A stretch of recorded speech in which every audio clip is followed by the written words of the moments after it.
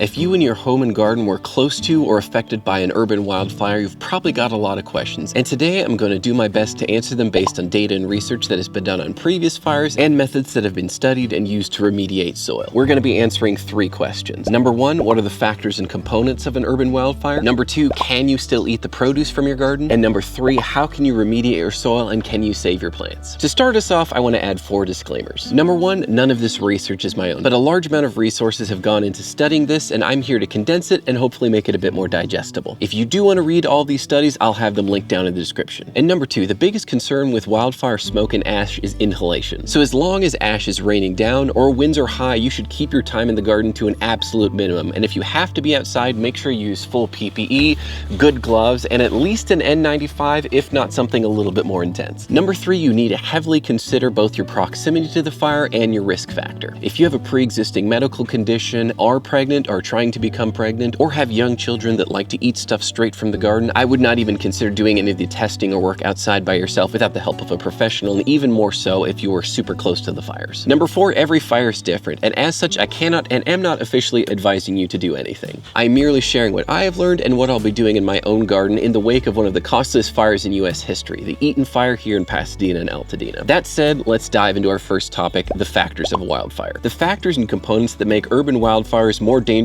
than traditional wildfires is the structures burning. Normal wildfires are mostly just ash and carbon sources. You're getting lead-based paint, bicycles, batteries, pesticides, and all kinds of junk that's getting vaporized and deposited. In the case of the recent Eaton and Palisades fires, they were also combined with an incredibly intense windstorm, which carried ash way farther than it would have in normal conditions. The 6 constituents of concern are dioxins, furans, heavy metals, PCBs, VOCs, and polycyclic aromatic hydrocarbons, aka PAHs. A lot of these are created by the burning of plastics and household electronics. Most of these are incredibly expensive and difficult to test for, and there are only a few labs in the US that will even test them in the first place. And as such, heavy metals, and lead in particular, are kind of used as a marker for soil contamination. So let's talk about your produce that's been growing in the garden. Your plants can be contaminated in 3 ways. 1, by taking in contaminated air, 2, by taking in ash that was deposited on the surface of the leaves, and 3, by taking it up through the roots and through the soil. When testing the leafy greens after the Sonoma County fires in 2017, they found that no produce samples, even those closest to the fires, had detectable levels of lead, arsenic, mercury, chromium, PAHs, or PCBs. 12 out of the 13 samples had no detectable dioxins or furans, and 1 sample was at a concentration below California's no significant risk level for determining chemical safety under Prop 65. Similarly, 12 out of 13 samples had no detectable Prop 65 regulated other heavy metals in them, but 1 sample contained nickel that exceeded the Prop 65 level, but after removing the outer leaves of this produce and washing it with a surfactant like white vinegar, no detectable levels of toxins were found. Furthermore, when looking at long-term health concerns from a holistic perspective, they found that if half the population of Sonoma County were to increase consumption of local produce to 1 serving, 80 grams per day, even with the most contaminated sources, they found a net benefit. aka, if you were to eat leafy greens grown in these scenarios, it would still reduce your cancer risk in the long term compared to not eating the leafy greens at all. So should you eat the produce? That's up to you. If you're able to keep up your organic nutrient intake from other nutrient sources, I still wouldn't, but things like nuts or fruits with a thick removable rind are better contenders that you can consume from your own garden. I'm not telling you exactly what to do, but I won't be eating the strawberries that were growing in my garden when all the ash was falling down, and pruning back anything that is too hard to clean. Nutrition builds resilience, so if you're able to purchase produce that replaces what you would have consumed from your own garden, that's what I would do instead. Now, question number 3, what about your plants and soil? In general, woody plant crops like fruits and berries are less likely to take up contaminants by their roots, but most annuals are more likely to be contaminated. As far as your soil goes, there is no replacement for soil testing, with samples either collected by a professional or through the work of a lab that tests for contaminants. I spent some time searching for good lead tests, and I'll link a good one I found in the description that offers a range of sample sizes and turnaround times. But first, I would contact any local testing facilities you can find to see if they offer both soil fertility and heavy metal testing for your soil, and many may even have discounts for renters and homeowners in the wake of a fire. As I mentioned earlier, heavy metals, lead in particular, are kind of used as the indicator to judge soil contamination. And in urban areas, there can be naturally occurring heavy metals in the soil or previous contamination from things like lead-based paint chipping off of old homes or things of the sort. When studying the soil for the purpose of remediation after the Sonoma fires, they found that the background level of arsenic in the soil, as an example, vastly exceeded the EPA's standards long before any wildfire. So just know that soil isn't always this pristine clean and perfect thing, and there may already have been heavy metals in your soil long before there was any urban wildfire at play. The official cow recycle process to remediate heavily contaminated soil is to lightly moisten the soil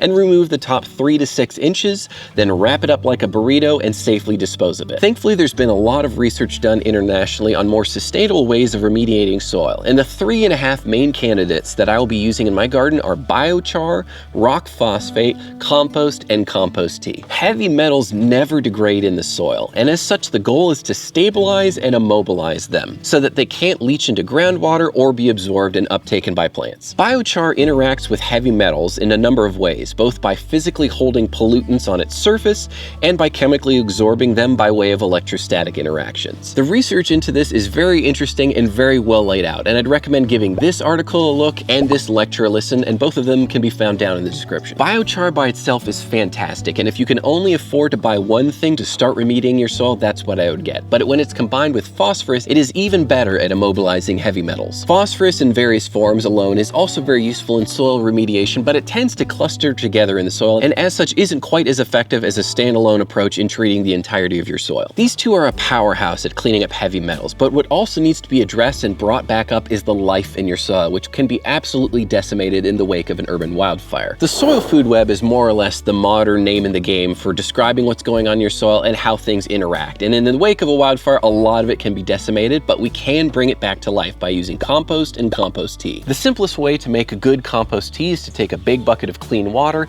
add a couple cups of compost, and then use an air stone and a bubbler to introduce oxygen into the liquid as it brews. And this will help to encourage the growth and presence of aerobic microbes and bacteria, which is what is present in good quality compost and you really want in your soil as you're bringing life back into the equation. If you want to take it to the next level, you can use a dedicated compost tea brewer, which is what I have here and use in my garden every year. It is a little bit pricier, and while I love it and recommend it, it's not as important in the context of all this going on, and if you're stretched thin on resources as you're remediating at a lot of soil, just do it the simple way. Once my compost tea is done brewing, I'll be mixing in the biochar, the rock phosphate, and the compost so it can all charge and incorporate, and then apply it to my beds. As far as actual application goes, I'll be lightly wetting the top of my raised beds and containers where I'm growing edible varieties and removing all the mulch at the top and maybe the first little bit of soil. From there, I'll be mixing in biochar at a ratio of about 5% by volume, which for a 4x8 and 17-inch tall raised bed is about 2 cubic feet of biochar.